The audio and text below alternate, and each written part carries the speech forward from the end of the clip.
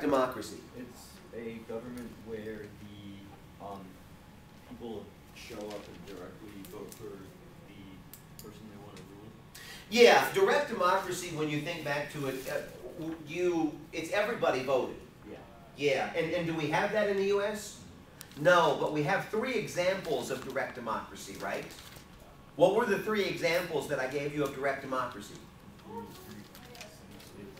That was an example of direct democracy historically, but within the United States. Go ahead, Hasitu. I think where people can choose what government they want. Well, no, that's actually representative democracy when you choose the people that you're voting for. Go ahead, Bart. I believe it was initiative. Initiative. Referendum. Referendum and recall. What's initiative? It's basically a petition where the citizens draft laws or amendments. And recall is the... Well, wait, with initiative, how does that work? You're saying that the citizens draft a law. Do they pass it themselves? Or how does it get passed? Gets put on the ballot, right? Gets put on the ballot, and then what happens there? They vote. And? Voter. That's what happens next. Well, they vote on it. So if they vote yes, what happens? It gets passed. And if they vote no, what happens? It does not pass. And if the governor doesn't like it, but the citizens said yes, what happens? It'll pass. It actually is passed, yeah. Initiative is an example of direct democracy. And what you said before, actually, Ian was right. Direct democracy is basically when the people are ruling themselves. It's not like they have politicians in between them and the government. Initiative is a really good example of this because you get a percentage of votes or a percentage of signatures of registered voters and you write a law. Once you get these signatures, it's put on the ballot, Daniel, exactly as you said. And the people can vote it up or the people can vote it down. And if they vote it up, it becomes law, and it doesn't matter if the politicians want it or not. The politicians don't have any stake in this. They can't say yes or they can't say no, basically. This is a people-driven kind of a thing. I guess they could say yes. It's the courts. The courts ultimately could get involved in it. And if you remember, the example I gave you was we wanted to pass an initiative that required the 10 Commandments to be in all public buildings because we wanted it to be struck down by the courts. What was a referendum? It was people, petition the government to... Is it the people petitioning government? No, No, it's, the elected officials. Go ahead, So Sam. what happened, the elected officials, they pass it to the people, and like for them to choose, like yes or no. Yeah, so the elected officials will write a bill. And then when the elected officials write it, it's usually too hot. They don't want to touch it. So they'll say, okay, you know what? We're going to write this and we're going to put it on the ballot and the people can vote it up or the people can vote it down. So no matter what happens, the politicians have given the people what they want and they also kind of let responsibility slide off of them as well. But the bottom line is that the people are the ones that are deciding if it passes or not. What was a recall? Go ahead, Bill. Procedure whereby citizens can remove and replace a public official before the end of a term. Yeah, that's right. That's exactly right. Say that louder. Zoom in on him for that one, Robert. He really hit that one good.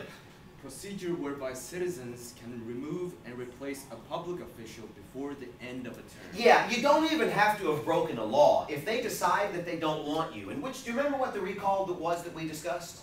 California. California was. It was Gray Davis who was governor, and the citizens collected a percentage of signatures from registered voters to recall or remove Gray Davis from office. He had not broken laws, but he had made some questionable decisions. Go ahead. After every definition, do we need to come up with an example, just like California stuff? Everything that I say right now is worthy of being known. So bear that, and everything you say at this point is worthy of being known as well. Of course, you could change that with the next thing you say, but I'll it's going to be on tape. What are the 2 questions on a recall ballot? Yes or no.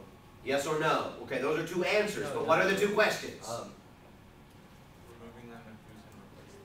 Do you want to remove, in the California example, Gray Davis from office? And if you say no, what happens, Brian? Then he stays there and you're done. If you say no, you're done, and you're basically saying you want the person in office to stay. If you say yes, I want him removed, what's the second question? Who should replace him?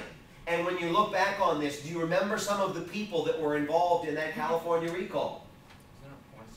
There was a porn star on there, Angeline. Anybody else that you remember? Nice to know, Brian, you remember the important ones. Arnold Schwarzenegger, the man who became governor. Can you remember any others? Penthouse.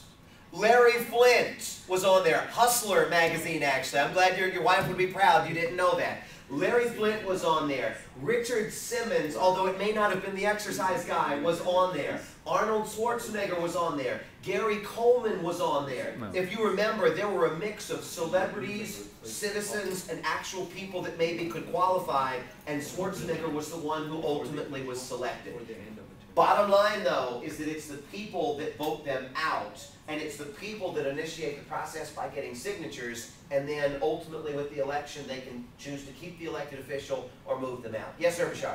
Before I leave, chapter 5 is not going to Chapter 5 is not going to be on there. and all the articles are. Are.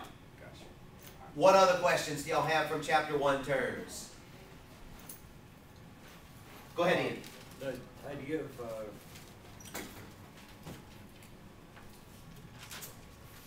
freedom, or no, equality, is that on the civil rights aspect? What was freedom, order, and equality?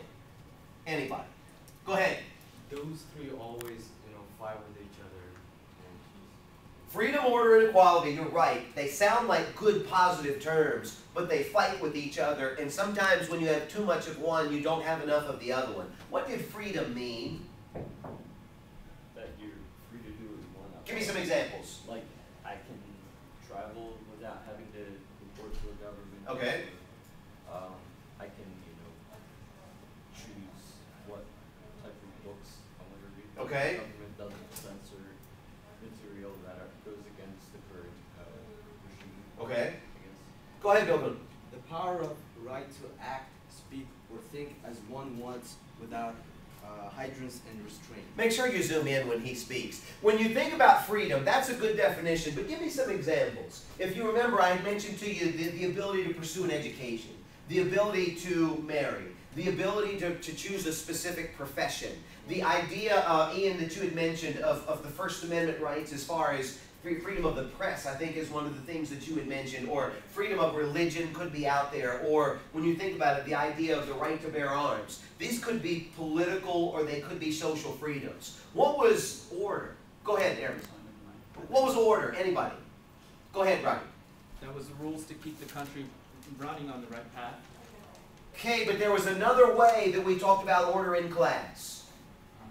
In terms of freedom, order, and equality, if there was one word that you could use in place of order, what would it be? Security. Some people value freedom to be able to do things. Other people value order or security, meaning they want the government to be able to protect them. And if you remember, I started to swing in class. And I said, if freedom is the ability to swing, sooner or later you're going to connect on somebody else's nose, and at that point you're violating freedom. Some folks would say, I want order, meaning I don't want to be hit when somebody else is swinging. I want to be safe. And this could be from crime, this could be from foreign elements, this could be, any number of things. What was equality in its most basic sense? A balance of order. It could be, but it's more specific than that. What is equality? What does equality Everyone has mean? the same right. What's that? Everyone has the same Everyone has the same rights. So when you put this into context, when we talked about freedom, order, and equality, you could go back to the Catholic school teacher article. You could go back, when you think about it, to the Catholic confession example that we had in class. These kinds of things. So bear that in mind, because oftentimes when these things get together, freedom would be the Catholic school teacher to be able to do what she wanted in her personal life. Freedom for the Catholic school, if you remember, was the ability for them to be able to practice their religion and believe what they wanted to believe.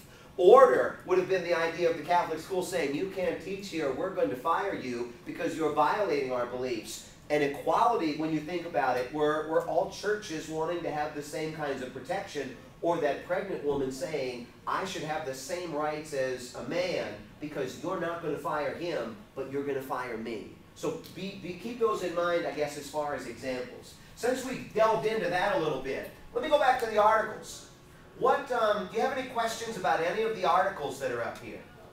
Catholic school teacher. drones, Heartbreak's Revenge, House advances bill, strip club, or voter ID.